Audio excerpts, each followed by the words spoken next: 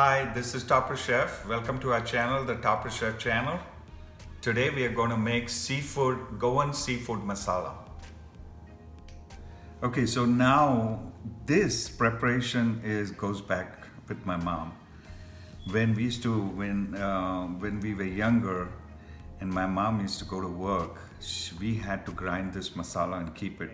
So I'm making this fast. Reason is we have all the paste ready here. This is our onion paste, 1 cup of the onion paste, and this is coconut. Okay, so the coconut here is devoid of all the water and everything. When you go to the store, you can get coconut here called frozen coconut. Okay, so now we have, what do we call, here is our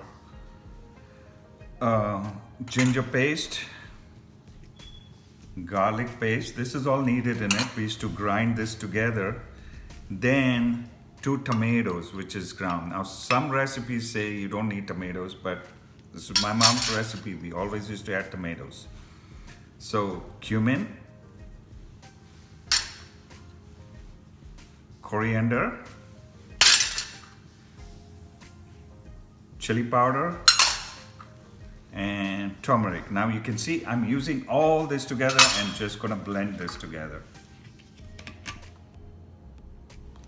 Okay, so now we require little water, so you can don't add too much water, so enough to blend, because we are taking half of this to make some shrimp curry now. So